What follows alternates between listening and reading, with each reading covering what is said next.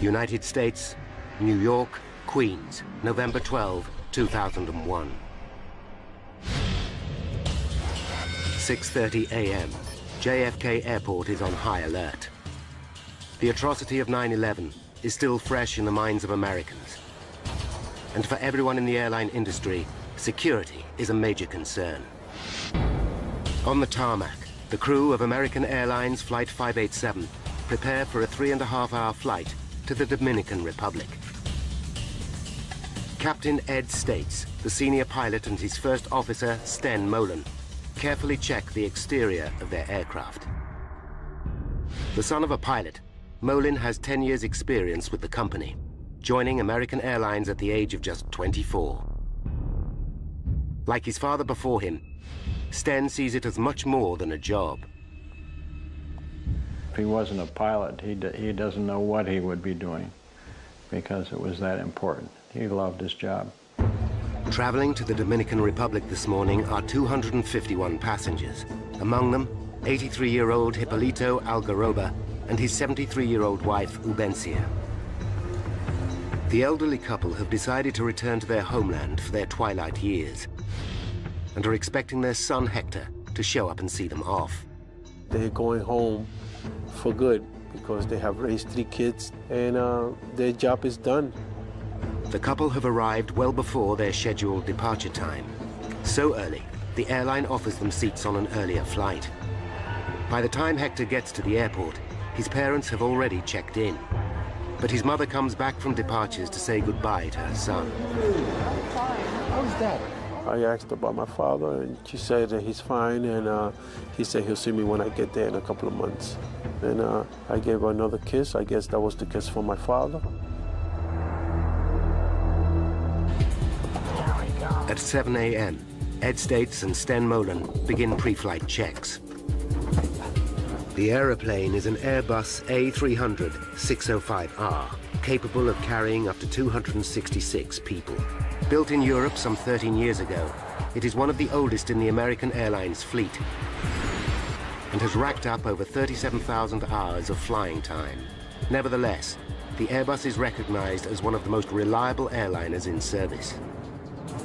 Today, though, that reliability has been undermined by the stringent new security measures. Every passenger is searched twice before boarding is allowed, and the scheduled takeoff time of 8:40 begins to slip. By 9 a.m., all 251 passengers are on board. I'll program the computer. Pre-flight checks are complete. Clear right. Clear left. And Flight 587 begins to taxi to runway 31L.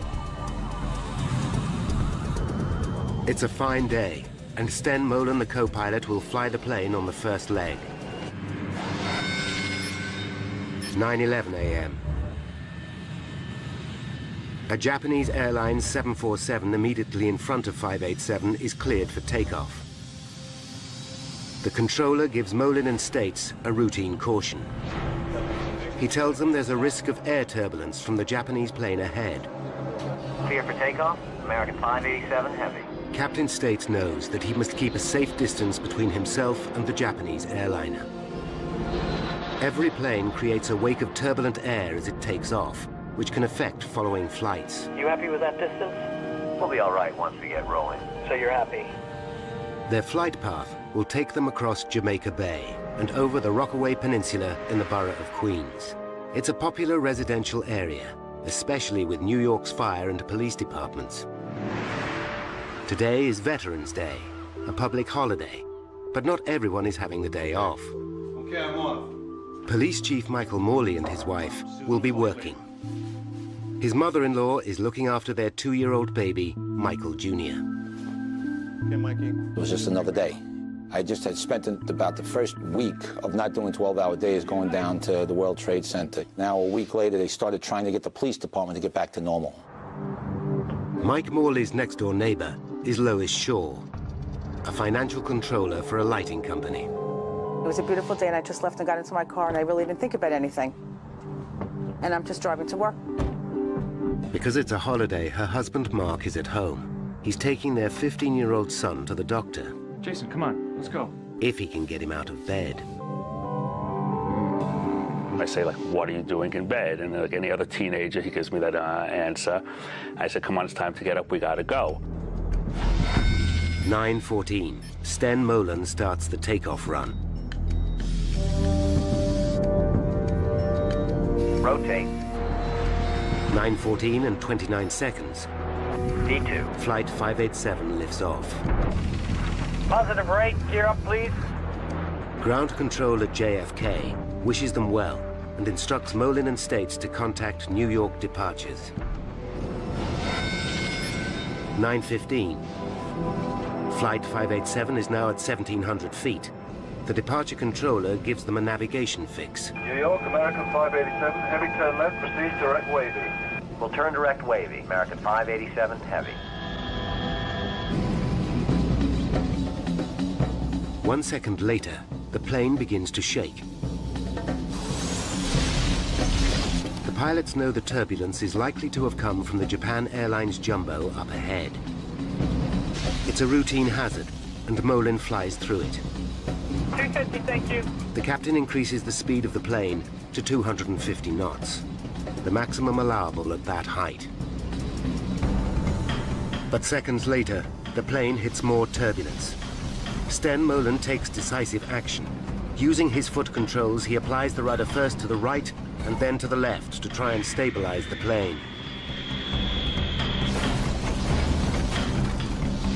Back power. Again, Molen asks for more power to keep the aircraft under control.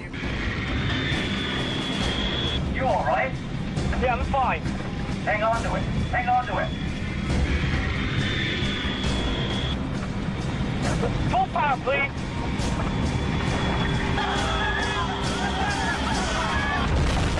Holy! Less than 2 minutes into their journey, Flight 587 is in deep trouble. The lives of 260 people in the air and many more below are in mortal danger. 89 seconds after takeoff, Flight 587 is in trouble. In the cockpit, co-pilot Sten Molen is fighting the controls. What the hell are we into? I'm stuck in it! Get out of it! Get out of it! Far below, 53-year-old Pete Hayden, Deputy Chief of the New York Fire Department, is taking his first day off since September 11th. His attention is drawn to a plane making an unusual straining noise. It's struggling. I look up. It's lower in the sky than normal. I'm watching it, and the plane suddenly begins to break apart. Holy!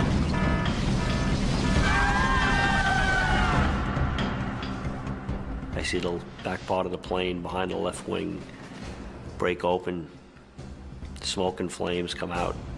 As the plane spins out of control, the engines shear off.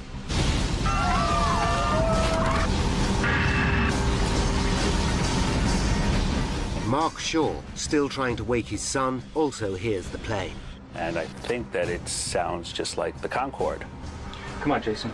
You know you have a doctor's appointment today. Come on, get up. The house starts to shake.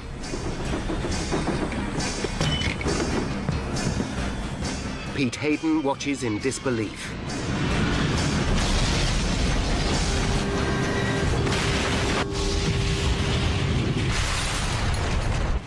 At 9:16 and 15 seconds, Flight 587 slams into the ground.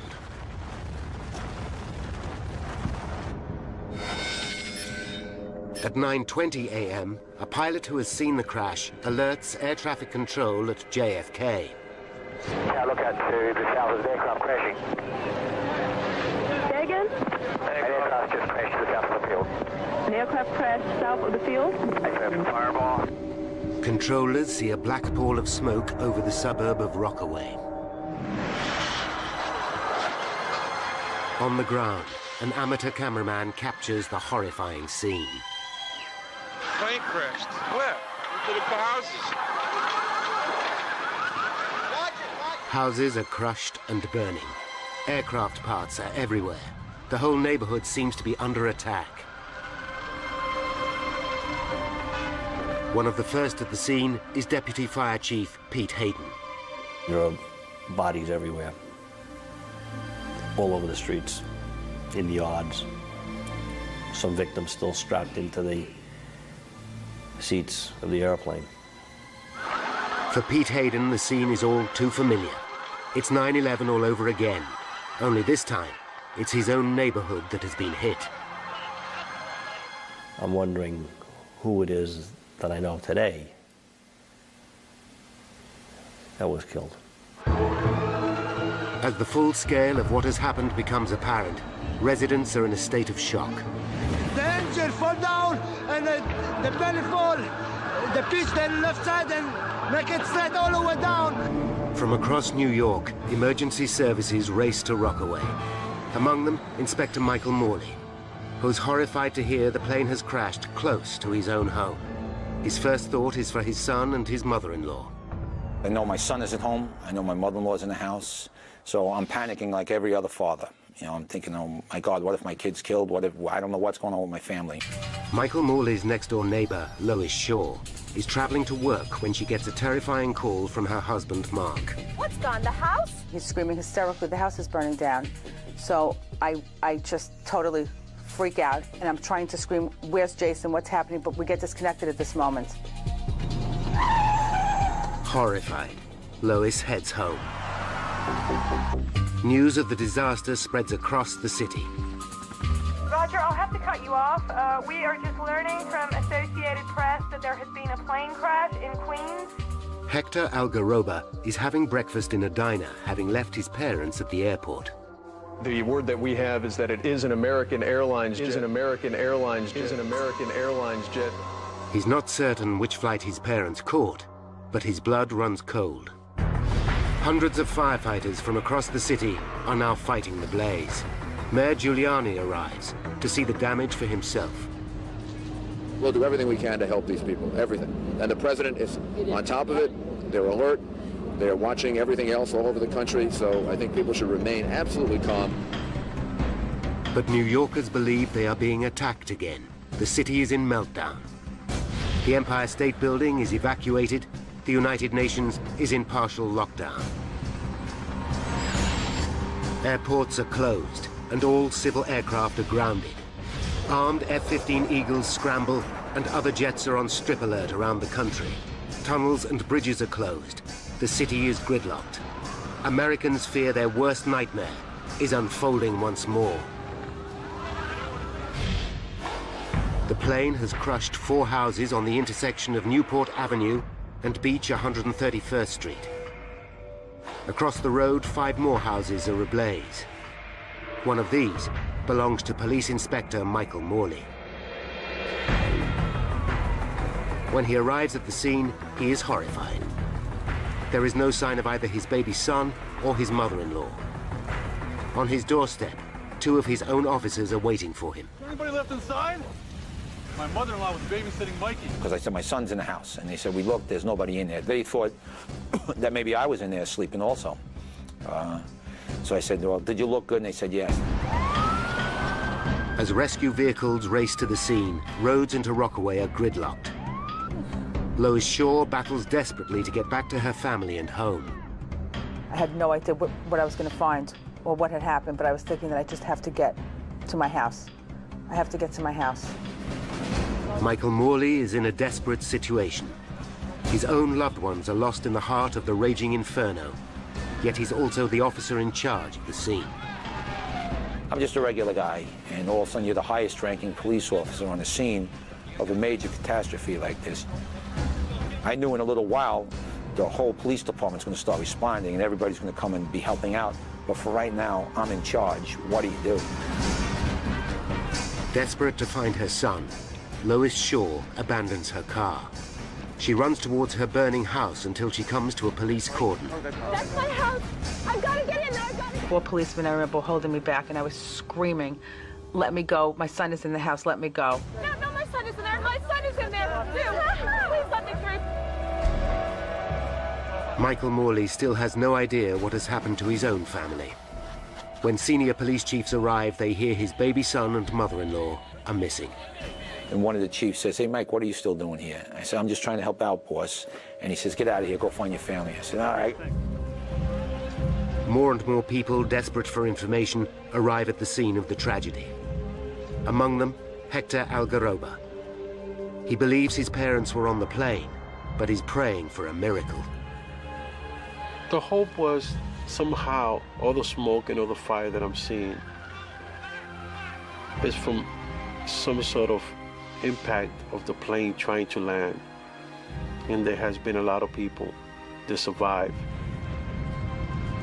I'm trying to cling to whatever hope, because the last thing a human being loses in life is hope. In the middle of the carnage, Lois Shaw is still looking for her family. I'm running to see if Jason is alive, and I feel unreal. All I see ahead of me is smoke. I can't see anything. Michael Morley races frantically from house to house, desperately hoping his loved ones will be sheltering with a neighbor. Eleanor! Anybody who's a parent, you lose your kid in a Kmart or a Walmart or something like that, and you just get that panic and your stomach goes into knots and you start sweating, you're getting nervous, and you don't want to think the worst, but you can't think of it, and then just magnify that by, 100 times because a plane crash just was right on your house. Jason, answer me, Mark! Then, Lois Shaw hears the shout she's longing for. And I looked, and that's when I saw Jason and Mark. Lois! Lois, we're over here! Once I saw him alive, at that moment, that was all that I really cared about. Nothing else really mattered. Oh my God, are you okay? Oh, Jason! Jason and his father are alive and well. They got out of the house with seconds to spare. Oh my God, thank God! Oh, thank God, you're okay. Give her a big hug. She was hysterical crying. That's when and then she was like, "What? Are you okay? Are you okay?" I was like, I didn't really have any emotions. It was just good to be together. A block away, Michael Morley is still frantically searching when a neighbor calls him over. Hey, Mike, get over here! They're right there! They're right there! I saw him. It was a fantastic feeling because 2 seconds earlier, I'm starting to panic, thinking maybe they really were dead, and you turn around and there they were. My son was crying when he saw me, and you get worked up when your son's crying, and my eyes started getting wet. So I just held him for about 5 minutes.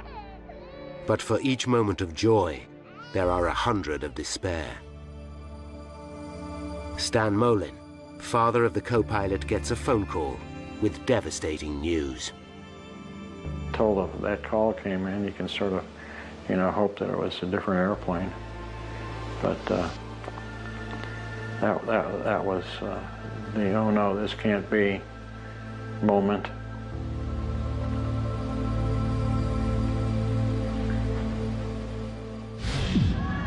In the Dominican Republic, relatives expecting a family reunion at the Santo Domingo airport are suddenly confronted with an appalling reality. Their loved ones are dead.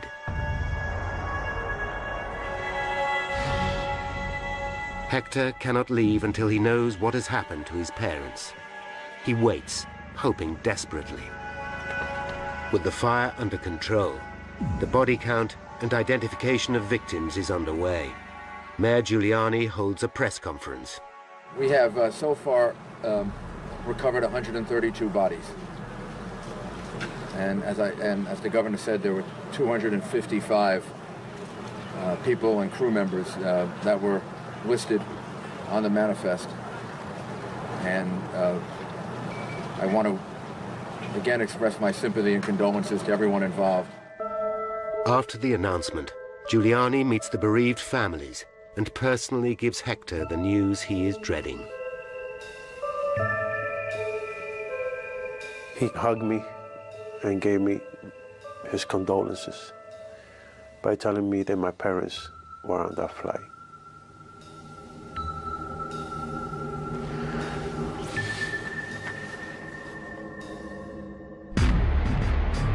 It's just 2 months and 1 day since 9/11. The parallels with America's worst terrorist outrage are striking.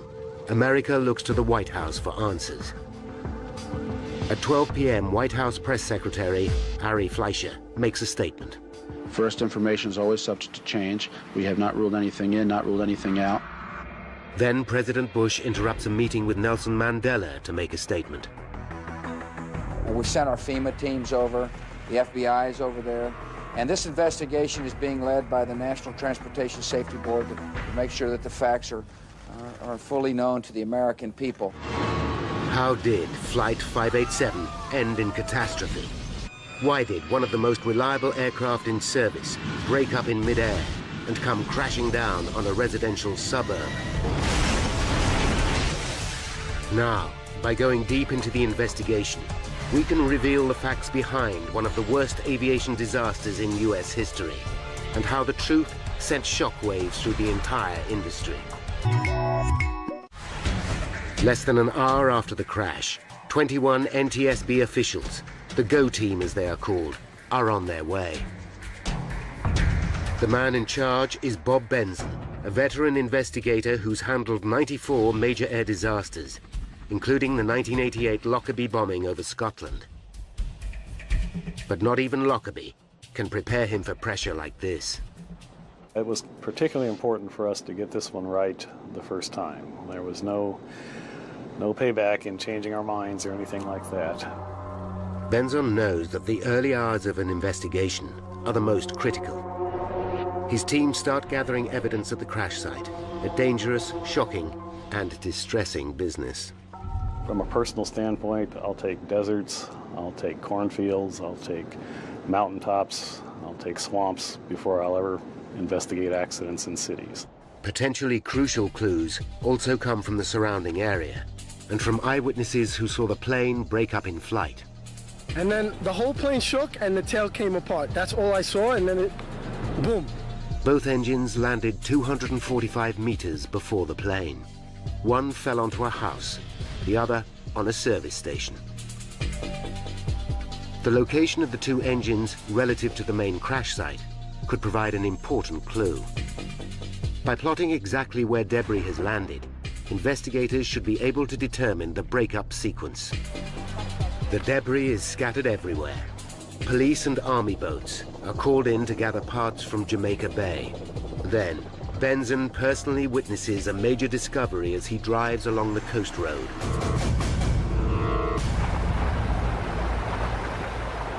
A crane is lifting the tail fin from the water. That really got our attention. The tail fin is an essential component of the aircraft. Without it, an airliner simply cannot fly. The fin was found floating in the water 1.2 kilometers behind the main crash site. For the investigators, this is clear evidence that it must have been one of the first parts to break away. It could be at the very heart of the accident. But what could have caused such a catastrophic failure? For a tail to simply fall off a plane is virtually unprecedented.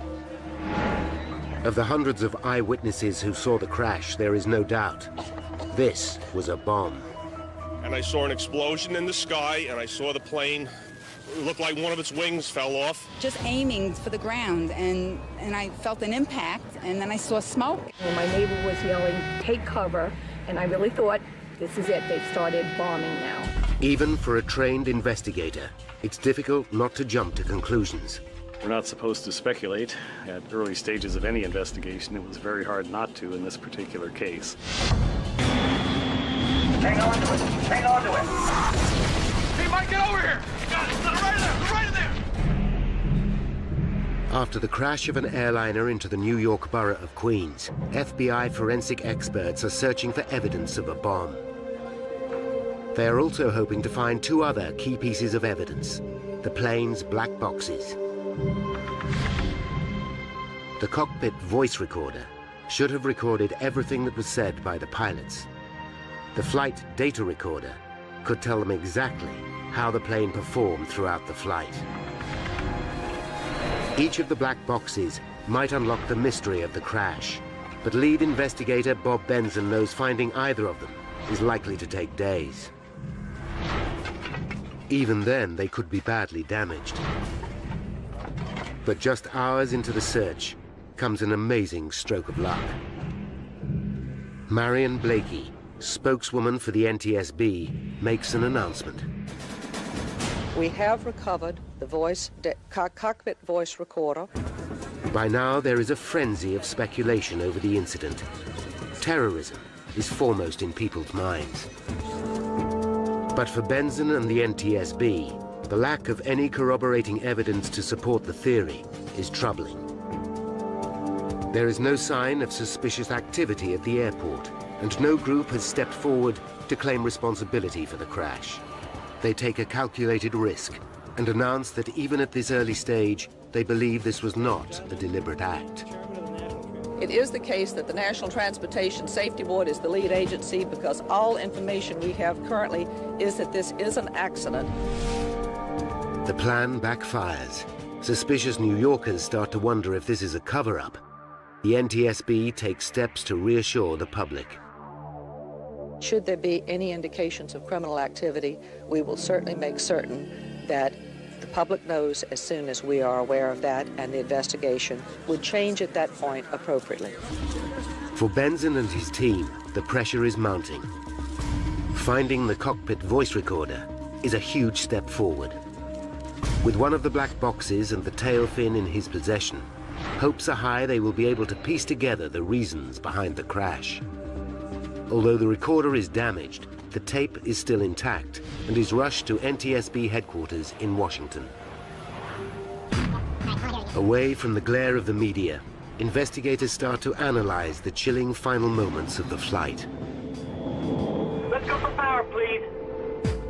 Every word, every sound is carefully analyzed. 89 seconds into the flight comes a chilling sound on the tape. There is a loud bang. Immediately afterwards, the crew can be heard struggling with the controls. You all right? Yeah, I'm fine. Hang on to it. Hang on to it. Could this bang be the sound of an explosion? Perhaps there was a bomb after all. With the second black box, the flight data recorder still missing in the smoking wreckage, Benson knows that the truth will be hard to find. Without that, it makes telling the story more speculative and more difficult. For 2 days, investigators hunt through mountains of debris for the vital recorder. But instead of where they are looking, the next lead comes from 3 kilometers away. A pair of security cameras on the Triborough Bridge have captured the last moments of the aircraft.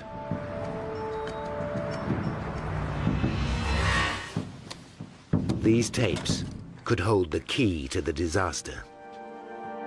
In the grainy footage, the Airbus can just be seen as a black dot. On one camera, the dot disappears behind a building. Then the second camera picks it up. It shows what could be a crucial moment.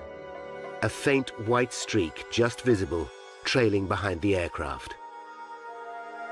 Is this the explosion seen by so many eyewitnesses? Is this the cause of the sound, after which the pilot lost control? This could be hard evidence to prove that there was a bomb, after all. The only way to find out is to compare the time. If the white streak happened at the same time as the bang captured by the voice recorder, the two are likely to be the same event. Investigators visit the site of the toll booth cameras. Using buildings as reference points, they work out exactly where and when the streak occurred. The results back up their theory that this was not a bomb. We can see that the streak began 8 seconds after the initiating accident sequence. The calculations show the streak occurred after the bang on the recorder. The flash is probably fuel escaping as the plane breaks up. This can't be the start of the accident, although it could be the reason so many people thought they saw an explosion.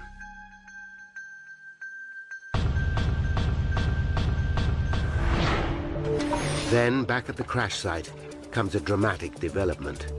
Investigators get the news they have been desperate to hear. Searchers have recovered the flight data recorder. But the relief is short-lived. The black box is damaged. The NTSB sent it back to the manufacturers to see what, if anything, can be retrieved.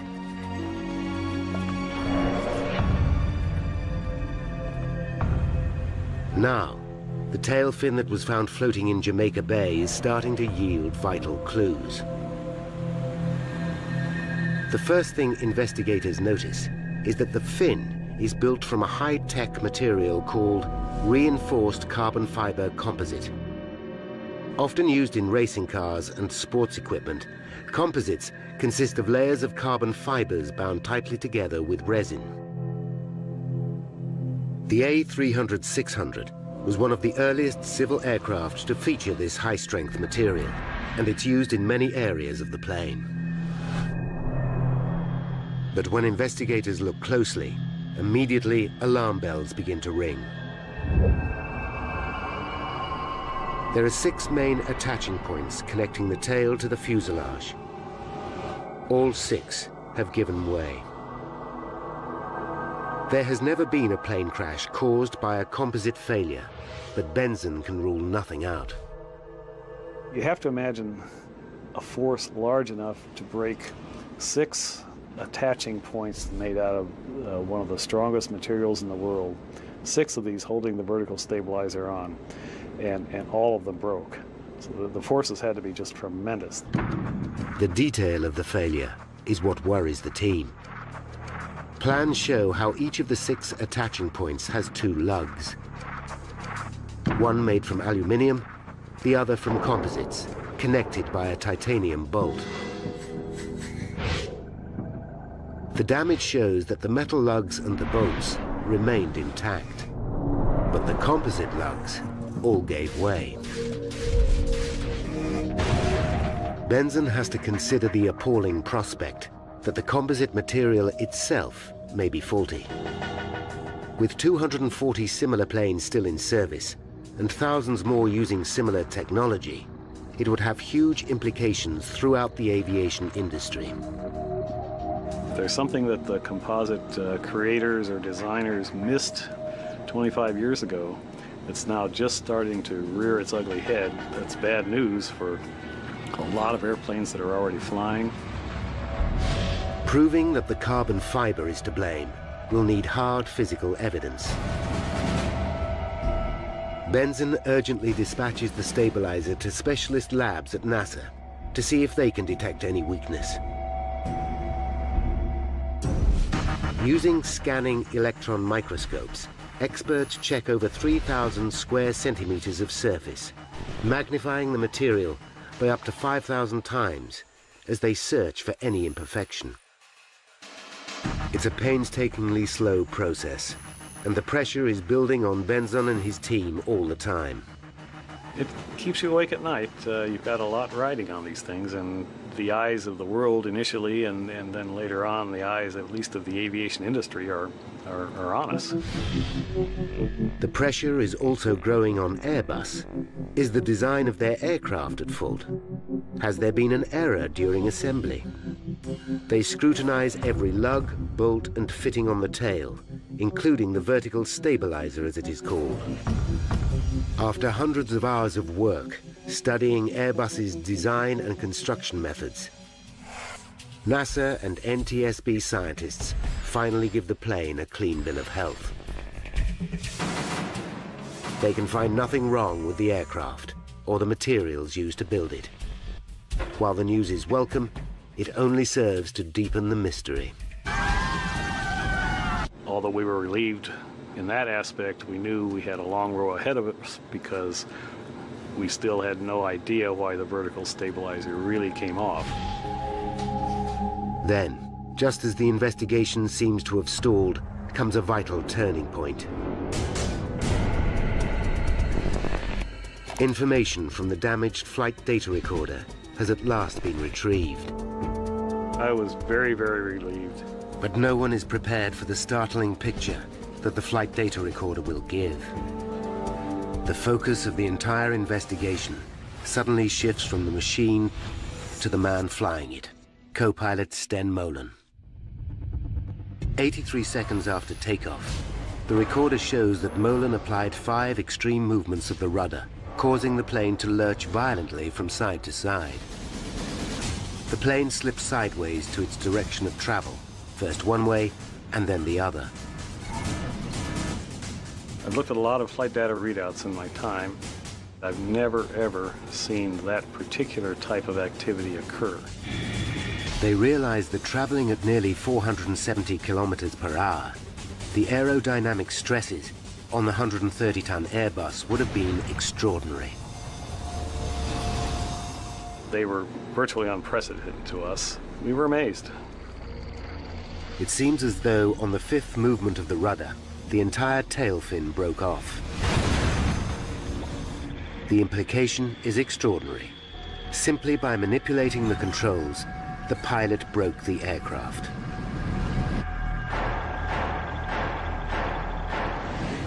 The NTSB is so concerned, they take immediate action. On February 8th, 2002, they issue a special warning to all pilots of this new danger. But the board have yet to prove that the tail came off simply due to aerodynamic forces. Many pilots doubt that such a thing is possible. The only way to be sure is to run detailed computer simulations, a process which could take months to perform. If the theory is right, then the idea that a terrorist plot must be behind the tragedy can finally be laid to rest. Benzon now faces a new and disturbing mystery. Why did the pilot act in this way?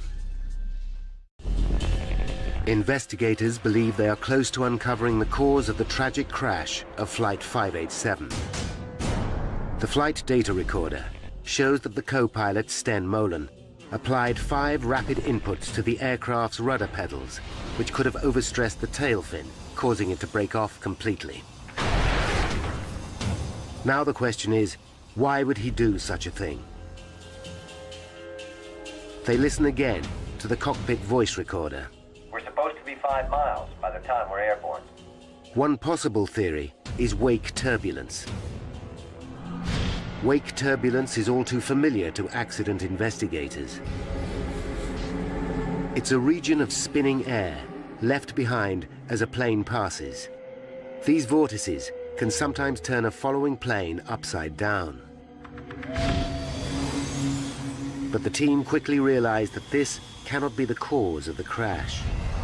The turbulence was not strong enough to seriously affect a plane the size of the Airbus.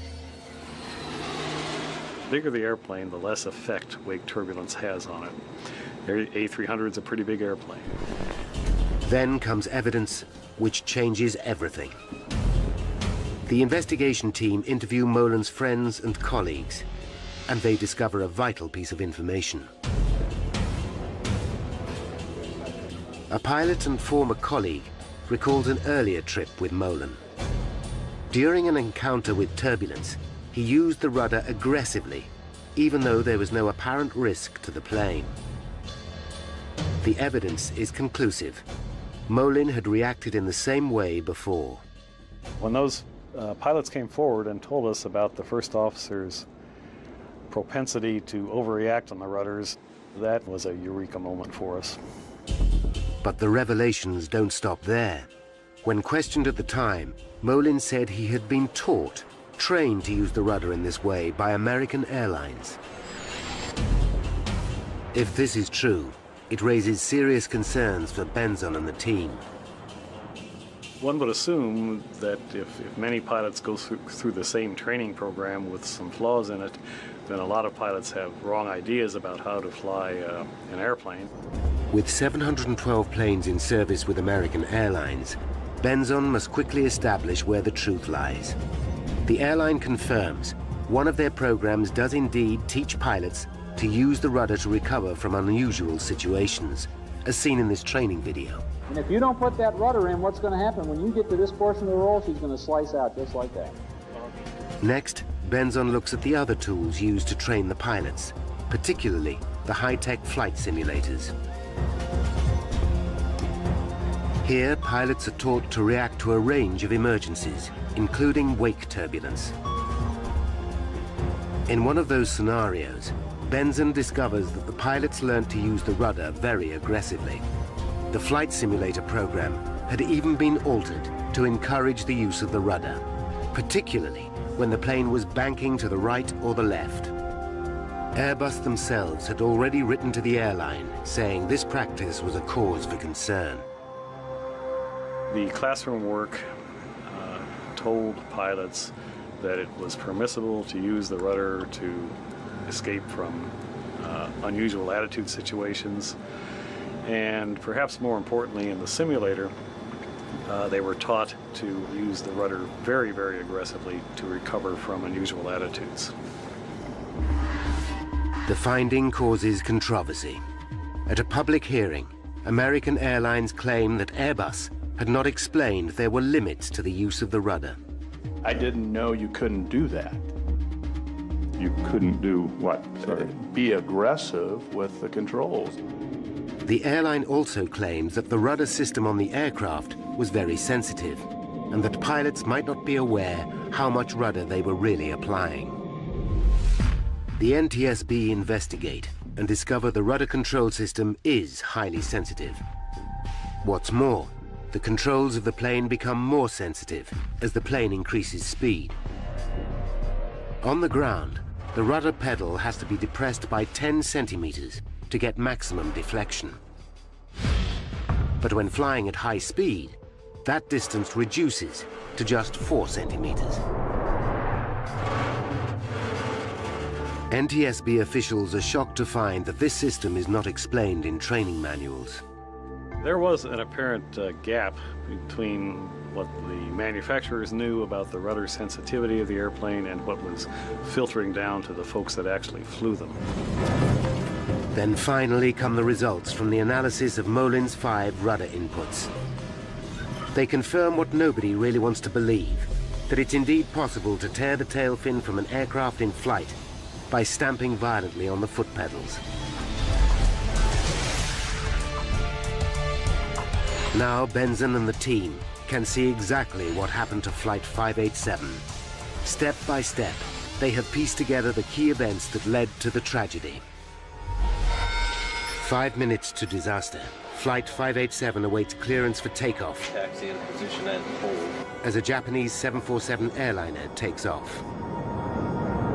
30 seconds later, Flight 587 is given a warning of wake turbulence. Land wind 260 at 1/4 portion of turbulence. 2 minutes to disaster, Flight 587 takes off. Positive rate, gear up please.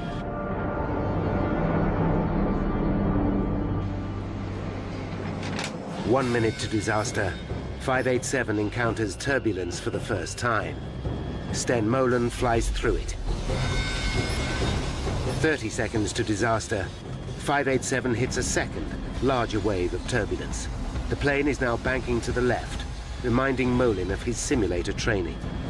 Rudder movement! Not realizing how sensitive the rudder system becomes in flight, Molen stamps on the pedal, causing maximum rudder deflection. The plane swings violently to the right, placing enormous loads on the tail fin. Investigators believe that an astonished Molen thinks that the plane is reacting to the wake turbulence. He doesn't realize that his own use of the rudder causes the violent movement.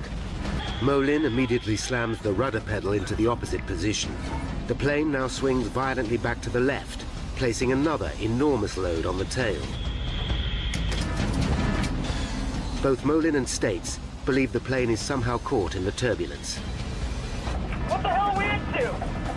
I'm stuck in it! Get out of it! And in a desperate attempt to get control, Molen applies another rudder input, this time to the right. Now, thoroughly disorientated, Molen again applies full rudder. 587 is now on the brink of disaster.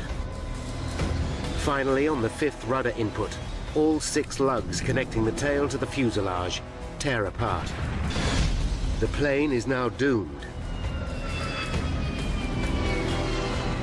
Terrified passengers and crew can have no idea what is happening. Huge G-forces rip both engines away. 106 seconds after takeoff, Flight 587 falls from the sky. 265 people are dead.